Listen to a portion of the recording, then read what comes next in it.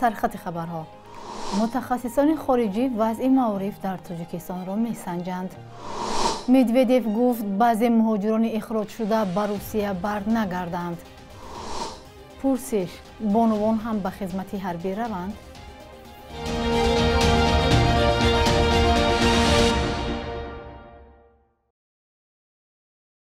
سلام بیننده های عزیز، به امید تنصیحاتی شما برنامه نویدی بامدادی را آغاز میکنیم.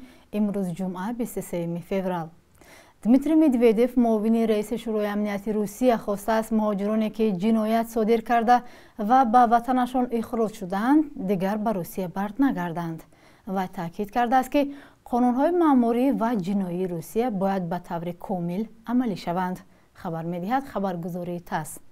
عین زمان در صحبت با رسانه‌های روسی او اعتراف کرده است که روسیگی‌ها به مهاجران زندگی کردن نمی‌توانند. به گفته مدودیف، شهروندانی که قانون‌ها را به چون و چرا رعایت می‌کنند می‌توانند به روسیه آمده کار کنند.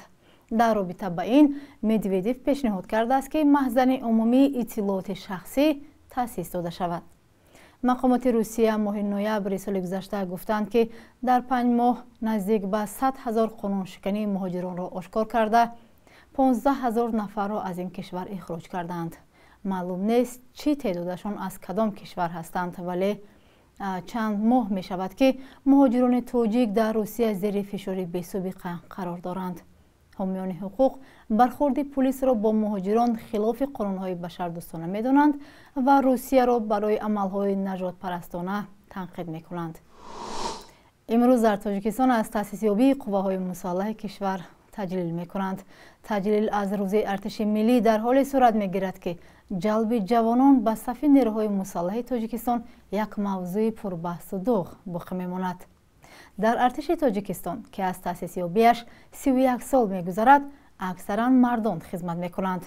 در بعضی از کشورها زنان هم در صف نیروهای مسلح خدمت می‌کنند. در عرفه تجلیل از ارتش ملی در تاجیکستان ما این نوبت از راهگذران پرسیدیم که نظرشان به خدمت زنان در ارتش چگونه است.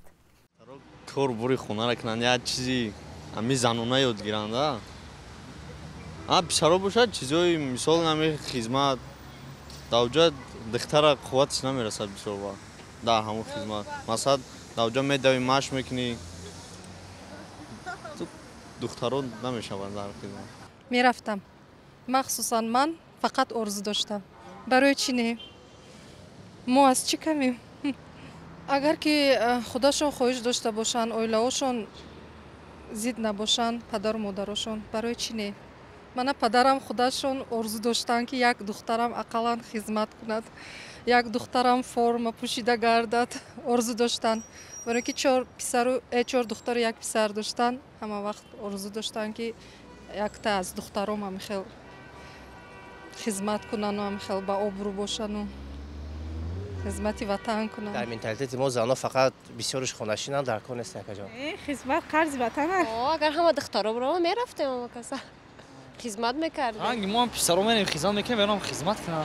درد ما را بفهمن، براشون مقصد بفهمن چی عذاب باید اونجا چی حالا. شخصا من نه.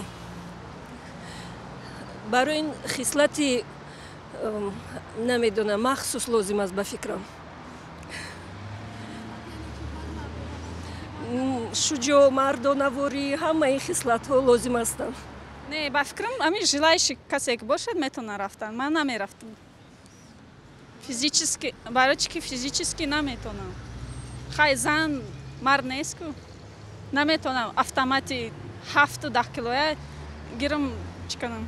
بله من میخواستم اصلا در قشون‌های سرحدی بسیار میخواستم خدمت کردن. اگر با فکر ما باشه، با فکر ما نه، با فکر حضرت فردوسی گفتگی است که به زنها بس است همین یک هنر شینند و زویند شهران نر. بینندگان عزیز، شما هم زیر این برنامه نظر خود را برایمان نویسید. برنامه جهانی آذوقه سازمان ملل متحد اعلام کرد که تقسیم محصولات غذایی را در نوار غزه بس کرده است. راهبر این برنامه سیندی مکین گفت این تصمیم در پی غارتگری‌ها و حمله ساکنان محلی به کارمندان سازمان گرفته شد. به گفته مکین، سازمان در این حالت‌ها نمی‌تواند امنیت کارمندان خود و آنهایی را که برای گرفتن غذای به پول می‌آید تامین کند و بنابراین تصمیم گرفتند که تقسیم محصولات را در غزه باز دارند. در سازمان گفتند راه‌های حل این مشکل و سرگیری تقسیم غذا را در نوار غزه جستجو دارند. در پی انتقادها از سطح و صفت تعلیم در مؤسسه‌های آموزشی تاجیکستان، مقامات تصمیم گرفته است که برای بررسی وضع در این ساحه کارشناسان سازمان بین‌المللی همکاری اقتصادی و رشد را به تاجیکستان دعوت کند. این سازمان به تحقیق وضع معارف در کشورهای بیشتر جهان مشغول بوده است. همکارمان اسکندر فیروز این موضوع را پیگیری کرد و ما از او پرسیدیم که هدف این ارزیابی چیست. مقامات تاجیکستان میگویند که ضرورت ارزیابی مقایسوی بین المللی ساحه معارف به اون خاطر ضرور است که باید مقامات کمبودی ها و پیشرفت های ساحه را معین سازند و تاکید شد که در گذشته چند کشور همسایه به مثل قزاقستان، ازبکستان و قرقیزستان از چنین ارزیابی گذشتند و در نتیجه ساحه معارف این کشورها رشد کرده است و باید بگوییم که در چند سال اخیر ساحه معارف تاجیکستان پیوسته مورد انتقاد هم مقامات و هم کارشناسان قرار می گیرد و معین است که در این ساحه اصلاحات جدی باید صورت بگیرد.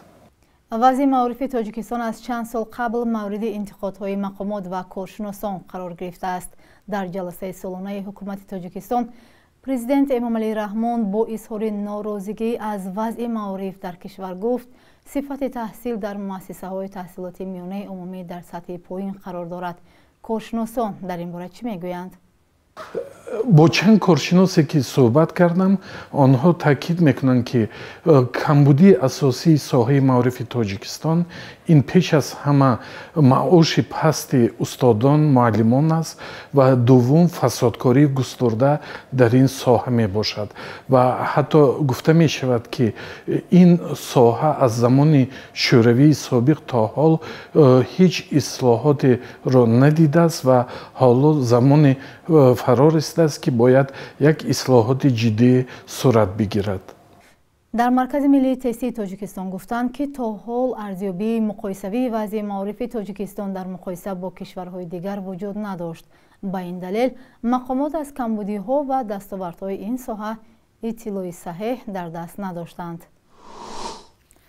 بخش یک روز تاریخ از مهمترین تحولات تاریخی برای امروز خبر می‌دهد.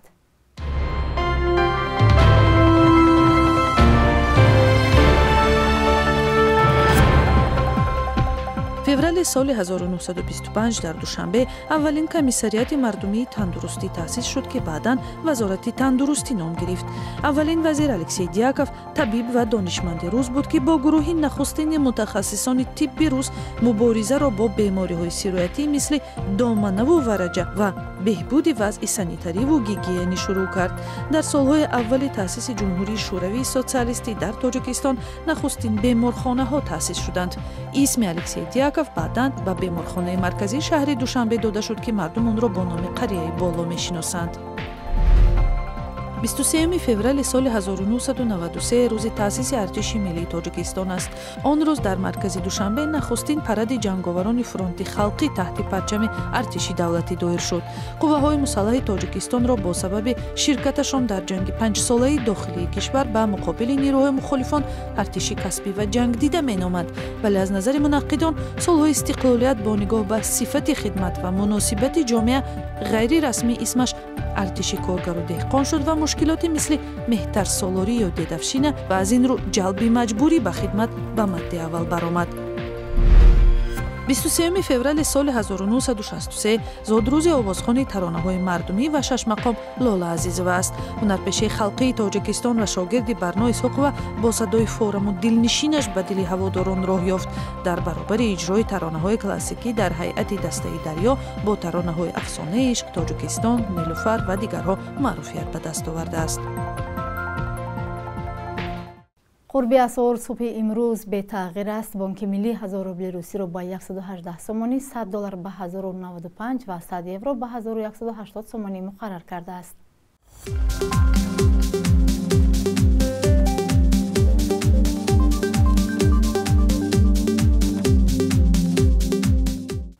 بینندگان عزیز، این آخرین برنامه نوید در هفته روان بود، اما شما روزهای استراحت هم می توانید در سامانه و شبکه‌های اجتماعی رادیو آزادی خبر و گزارش‌های تازه را پیدا نمایید.